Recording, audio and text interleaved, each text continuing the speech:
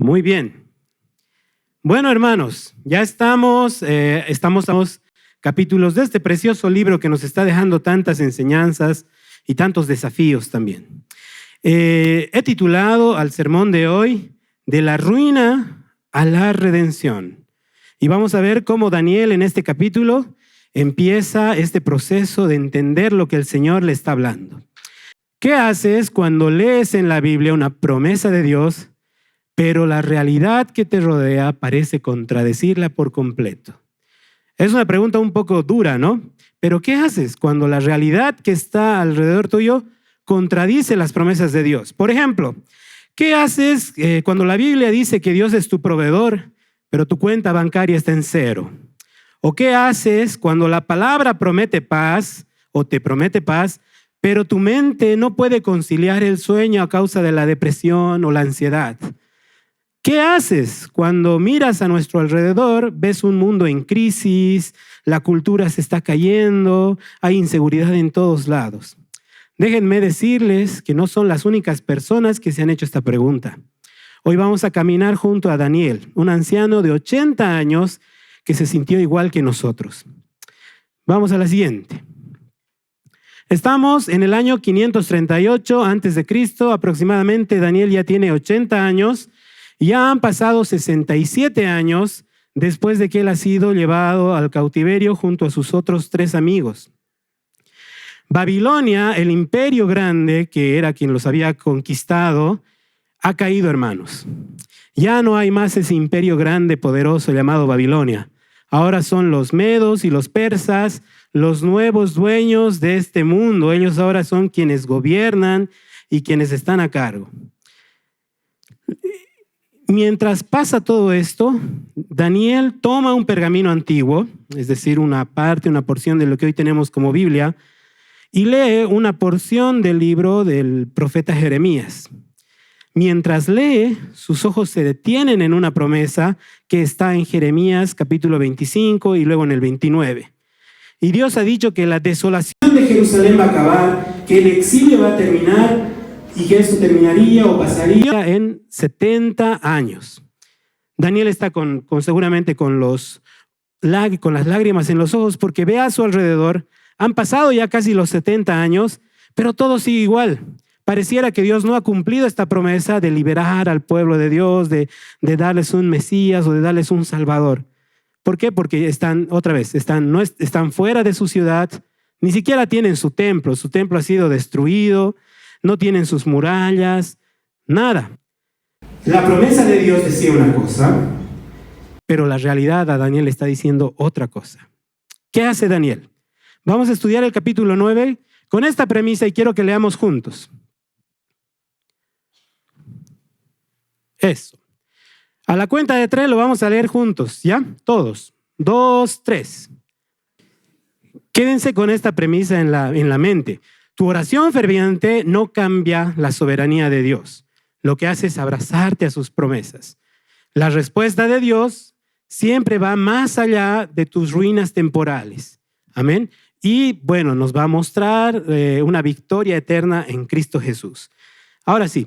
He dividido este capítulo en 2 partes. En la primera parte vamos a ver la oración en la tierra, la oración que hace Daniel, la confesión que hace Daniel, y después vamos a ver la respuesta desde el cielo. Vamos a ver cómo Dios demuestra su carácter a partir de esta respuesta. Así que vamos adelante porque no tenemos mucho tiempo. Primera parte, la oración en la tierra.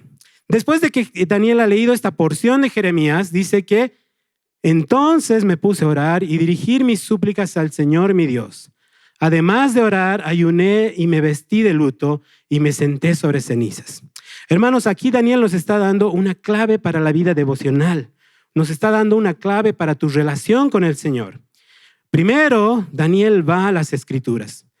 Va a la palabra de Dios, va a lo que él tenía en ese momento como palabra de Dios y las escudriña, las estudia. Después de eso, a partir de que Dios le revela algo, Daniel va y recurre a la oración, al ayuno, al humillarse delante de Dios. Qué importante humillarnos delante de Dios. Amén. Daniel no va delante de Dios con una actitud de reclamo. No le dice, Señor, ya han pasado 70 años, ¿por qué no has hecho nada hasta ahora? No, Más bien toma otra postura, que vamos a ver ahora. Esta fue la oración de confesión que hice al Señor.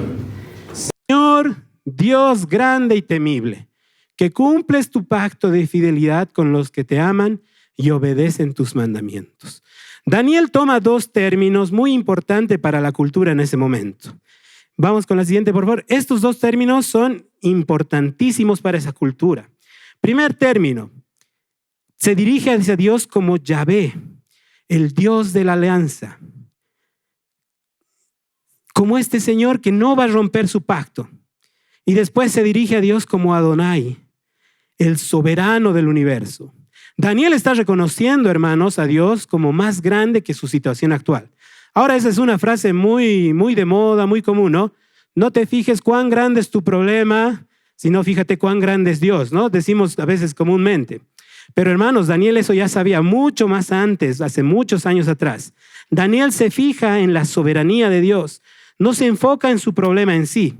Empieza enfocándose en la grandeza y en la fidelidad de Dios. Vámonos al verso 5.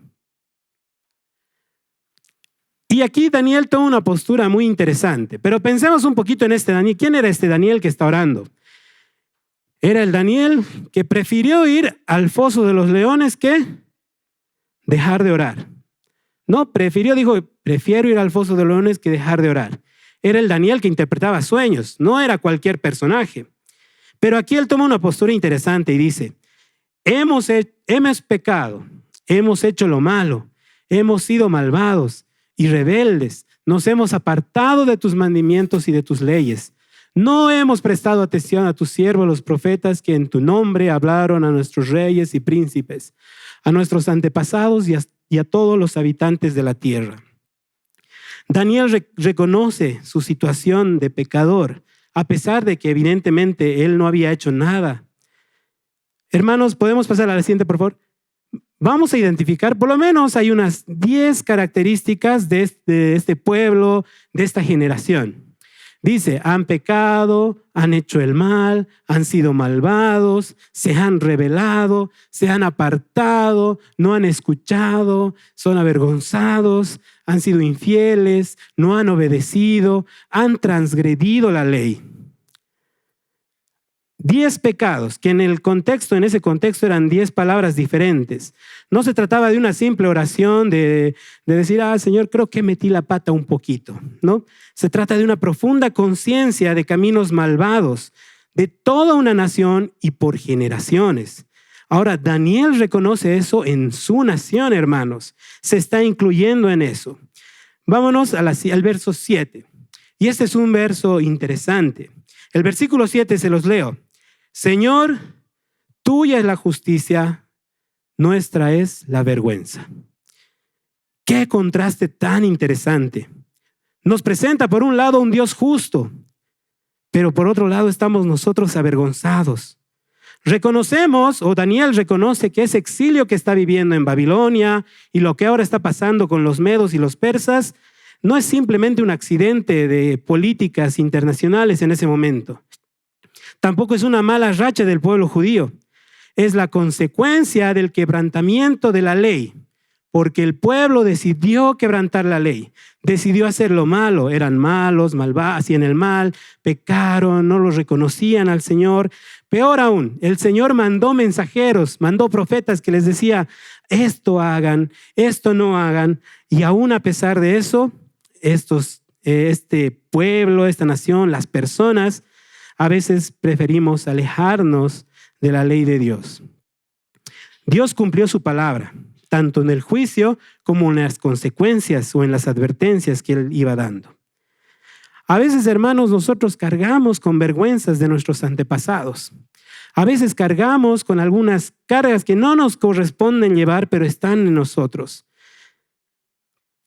A pesar de ser tan pecadores, Dios es compasivo. Dios no va a romper su pacto. Dios, ese Dios fiel, va a seguir siendo fiel. Daniel entendió algo, hermanos, que hoy en día nos cuesta entender. Si alguno de ustedes alguna vez ha evangelizado hacia personas no creyentes, seguramente han recibido preguntas como estas, ¿no? ¿Por qué hay tanto mal en el mundo? ¿Por qué hay tanta maldad? ¿por qué hay tanta enfermedad? ¿Por qué Dios permite que haya enfermedad? ¿O por qué Dios permite que haya tanta violencia en el mundo? Hermanos, Daniel en ese momento, en ese contexto, entendió esto y dice lo siguiente, que en el versículo, a partir del verso 10, menciona y reconoce que nos cuesta entender que Dios ya nos ha advertido. Dios ya les ha dicho, si siguen estos caminos, les va a ir así. Si siguen pecando de esta manera, les va a sobrevenir esto. Dios les va a advertido y ha dicho que hay consecuencias de desobedecer. Y hoy en día, hermanos, eso es necesario para nuestras vidas. Es necesario que nuestra lectura de la historia que tenemos esté impregnada de la palabra de Dios. Esta es son 3 palabras que quiero igual que recuerden. El pasado, el presente y el futuro debe estar impregnado de la palabra de Dios. Estas 3 palabras, estos 3 momentos, tienen que ser leídos a partir de lo que Dios ha hecho con nosotros, con la humanidad. Ahora sí, hermanos, si les gusta tomar apuntes, si les gusta resaltar su Biblia, les aconsejo que resalten los siguientes versículos. Los versículos 18 y 19. Si les gusta resaltar, resalten. ¿Por qué? En las escuelitas de Lanham tenemos un término que se llama el corazón del texto, que es la parte donde está resumida el mensaje principal, donde está resumido o está concentrado o condensado el mensaje principal de una porción. En este caso, vamos a leer el corazón de todo el capítulo 9 del libro de Daniel. Y dice, préstanos oídos, Dios nuestro, abre nuestros ojos y mira nuestra ruina y la ciudad sobre la cual se invoca tu nombre. Y aquí está lo impresionante y aquí está lo que quiero que se quede en nuestros corazones.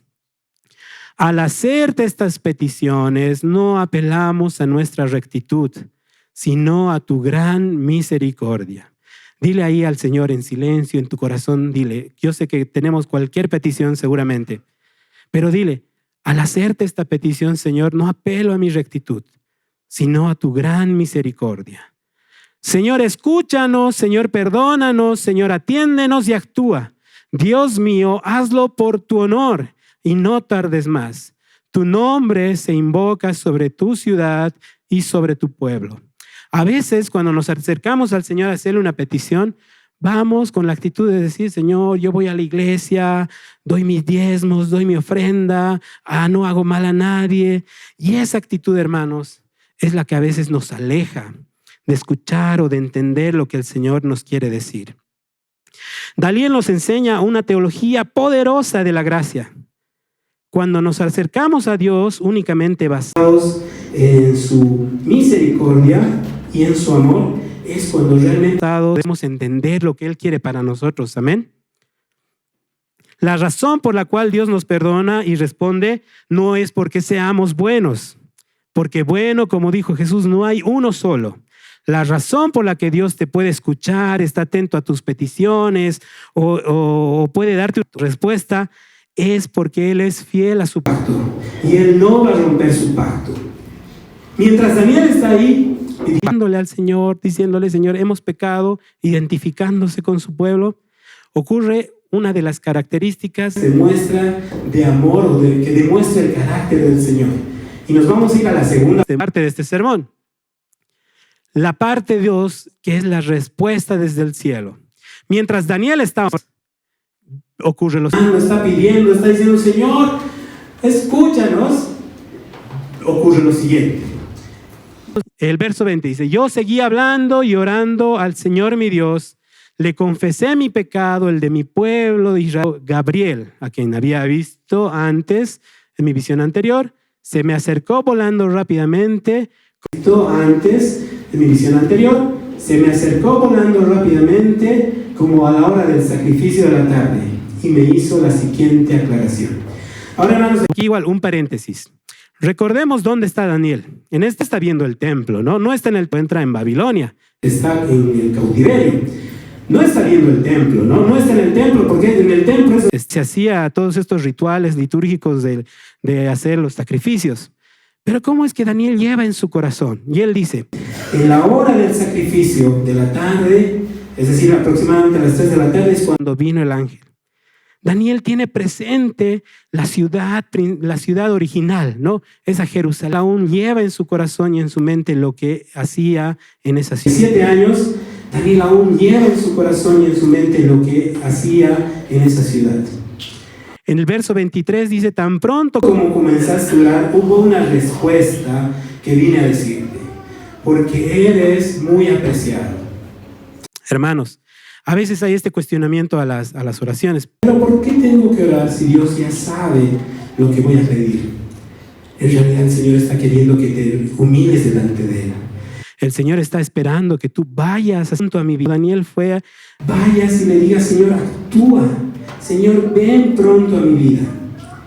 Antes de que termines de formular tu oración, el Señor ya ha declarado la respuesta. El Señor ya ha decretado una respuesta en los cielos. Yo no sé con qué estás luchando ahora. Yo no sé si es problemas de salud, si es cuestiones de trabajo, economía, familia, amigos. Pero antes de que tú declares tu oración, el Señor ya ha dado una respuesta. La cosa es que estés dispuesto a escucharla. La cosa es que tú estés dispuesto a abrazarte de sus promesas. La razón por la cual se te escucha, hermano, hermana, esto lo vamos a ver ahorita, es por Cristo. Amén.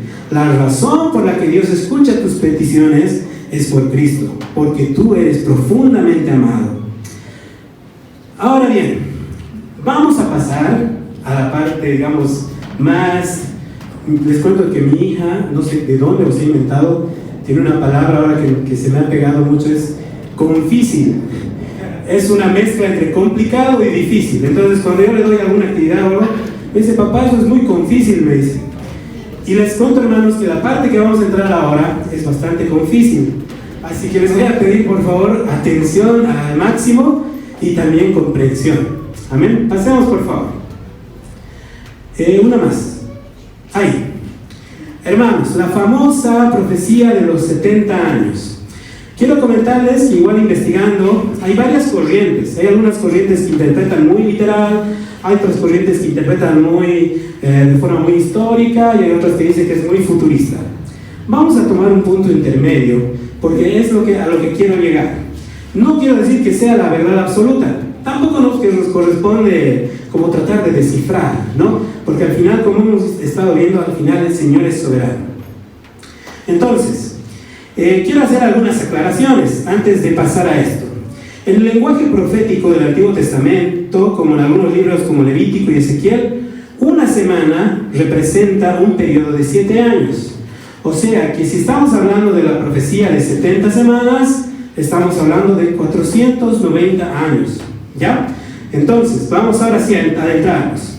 Lo que Dios le propone o lo que Dios le dice a Daniel es que no solo te voy a mostrar la interpretación de esta semana, sino te voy a mostrar cómo vamos a redimir a la humanidad a partir de esta profecía de 70 semanas. Dios le dice a Daniel que hay un reloj profético de 490 años y hay 6 objetivos principales. Uno atrás, por favor. Los 3 primeros objetivos tienen que ver con la condición humana. Dice que va a terminar con la prevaricación, va a poner fin al pecado y va a expiar la iniquidad de los seres humanos. Las últimas 3 tienen que ver con una característica del reino de Dios, que dice que va a traer justicia perdurable, va a sellar una visión y la profecía, y por último, y creo que es lo más importante, va a ungir al santo de los santos. Vamos ahora sí, volvamos a dar al otro ahí. Ahora, esta parte es un poco, digamos, hay mucha historia, hay muchas fechas, pero vamos a tratar de resumirlo de la siguiente manera. Tenemos el gráfico ahí que dice 70 semanas.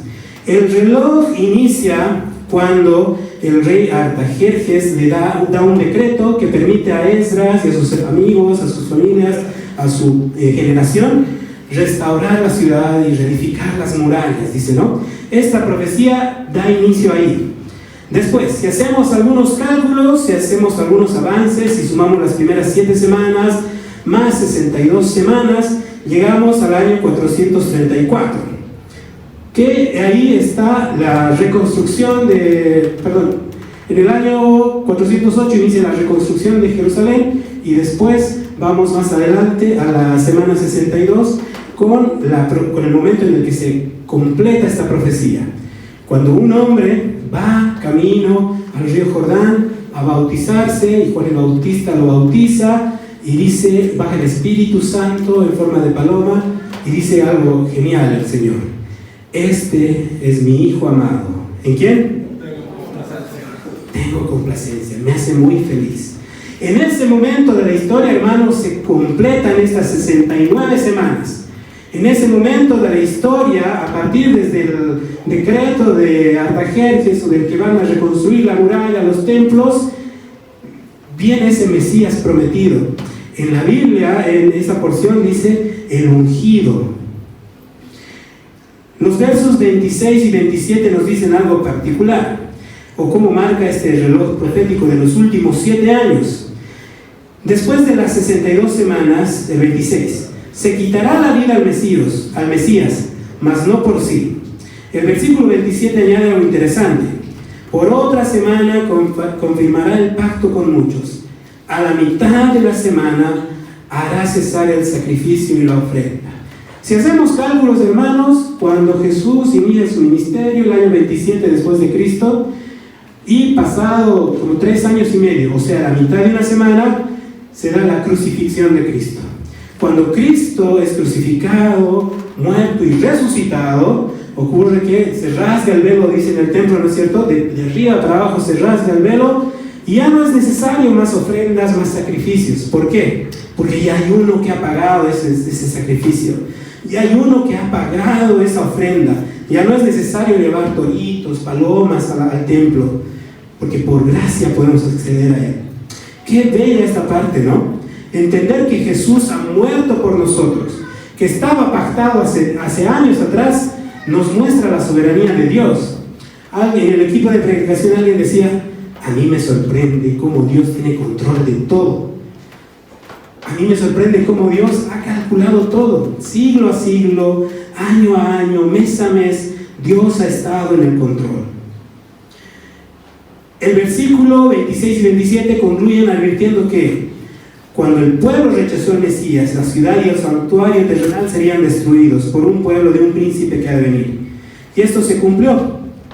Más o menos por los años 70 después de Cristo, varias legiones irrumpieron en el gobierno en ese momento los romanos y destruyeron todo. Destruyeron Jerusalén, el templo, tal como Jesús había profetizado. Pero ahora, hermanos, podemos hacernos una pregunta: ¿para qué nos sirve estudiar el capítulo 9 de Daniel? ¿Para qué nos sirve estudiar el libro de Daniel hoy en día, en 2026? Si van a decir, pero puede ser que eso ya ha ocurrido, ya ha pasado. Hermanos, Daniel es una prueba irrefutable de que nuestra fe no está basada en cuentos de hadas. No son imaginarías que tienen las personas o que la iglesia cree. Nuestra fe está basada en una certeza. Y esto es las palabras que les dije hace rato, que recuerden: pasado, presente y futuro. Dios tiene el control del pasado, del presente y del futuro. La soberanía de Dios es histórica, hermanos. Está en todo momento de la historia. Al cerrar este capítulo, quiero dejarles con 3 aplicaciones. Primera aplicación: en tiempos de crisis, vuelve a la palabra y a la oración. Recuerdan que les dije que a veces nos acercamos al Señor en oración con esta actitud de decir: Señor, pero yo voy a la iglesia, yo he hecho esto, hago esto, no hago mal a nadie. Y a veces eso es lo que impide que podamos entender el plan de Dios, porque vamos con una actitud basada en nuestras virtudes, por así decir. Cuando sientas que tu vida y tu mundo se desmoronan, no te aísles, no te llenes de pánico. Cuando sientas que tu pecado te ha alejado de Dios, no dejes que ese pecado, que esa barrera te aparte de Dios. Vuelve a la palabra, vuelve a la oración. Nunca es tarde. Abraza las promesas de Dios y ponte de rodillas. Segunda aplicación: acércate a Dios basado en la gracia, no en tus méritos. Ninguno de nosotros es digno, hermano. Solo por Cristo es que tenemos el acceso a la oración con el Señor.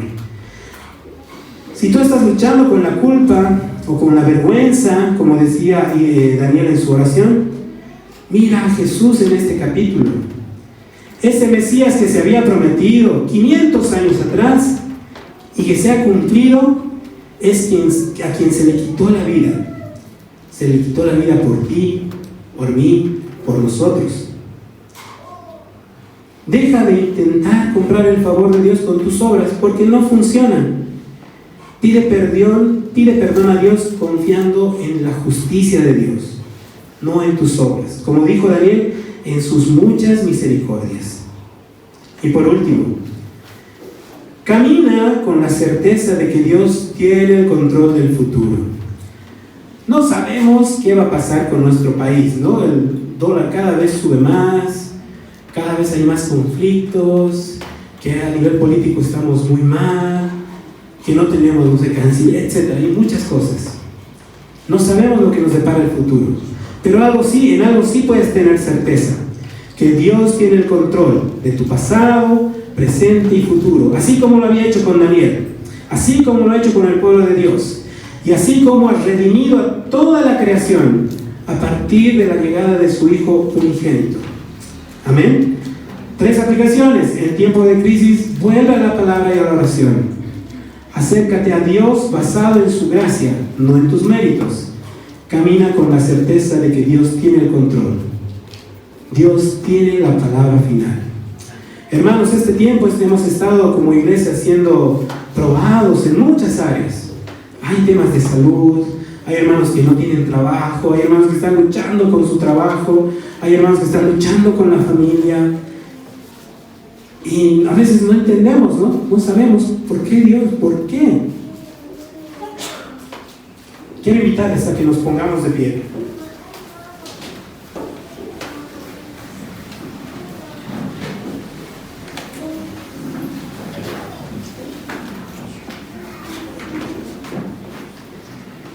Ahí donde estás, vamos a tomar la actitud de Daniel por un momento. Vamos a volver a Él en oración.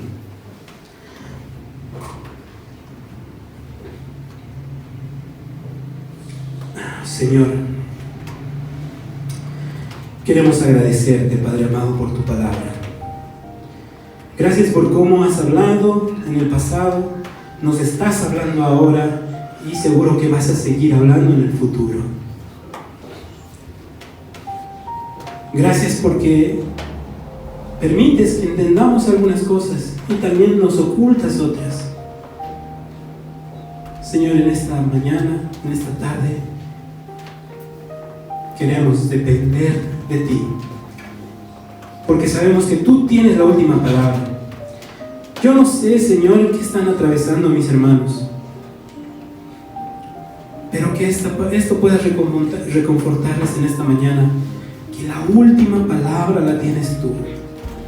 Tal vez están peleando con sus jefes, o tal vez están peleando con sus subordinados, tal vez están peleando con la salud, con la enfermedad, tal vez están luchando con la economía.